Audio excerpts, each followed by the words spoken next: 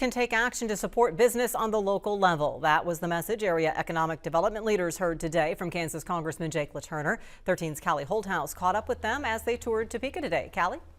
Yeah, Melissa, when he heads back to Washington, LaTurner will have new insight as to what Kansas's businesses say he can do to help them thrive. We caught up with him on one of his stops today.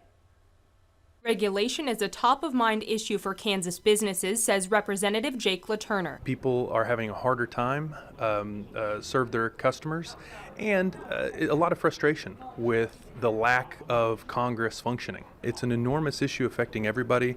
And the regulatory environment that this administration has put in place has made it harder on Kansas businesses. Torgenson Electric, Mars Chocolate, Advisors Excel, and PTMW Incorporated were stops on his business tour around Topeka. The industries that we touched focus on our contractors industry. We had manufacturers that we went out and saw.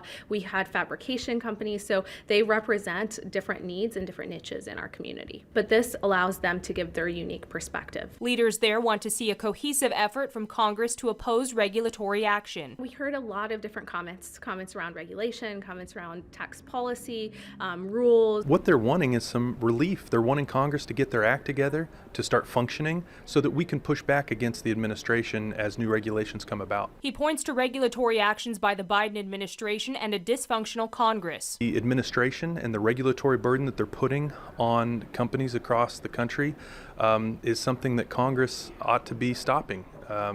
We need to get our act together. We need to start functioning. People need relief. Businesses need relief.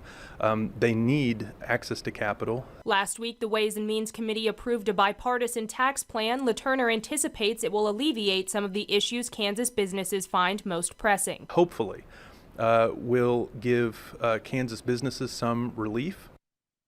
That plan is expected to go before the House next week. All right.